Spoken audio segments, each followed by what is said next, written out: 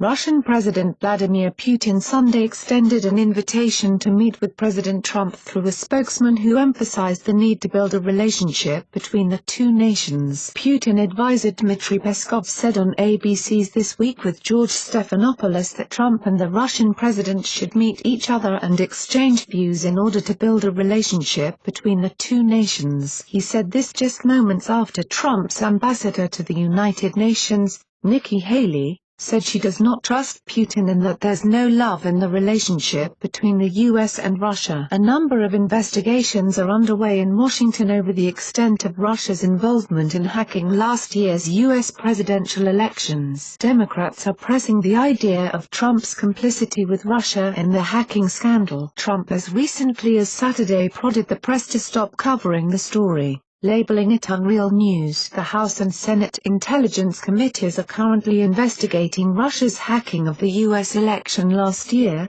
including whether or not U.S. officials leaked information to Russia officials. Trump's former national security advisor, Michael Flynn, was fired earlier this year for misleading Vice President Pence about his meeting with the Russian ambassador during the transition period after the election. His attorneys said Flynn is offering to testify before the committee, but only if he is given immunity. Meanwhile, Russian officials continue to dismiss the accusations of interference in the election. They should either stop talking about that or produce some proof at last. Otherwise, it all begins to look unseemly, Peskov said in December, when the Obama administration was still in power. Putin himself recently addressed the allegations enigmatically. The National Examiner helped contribute to this report.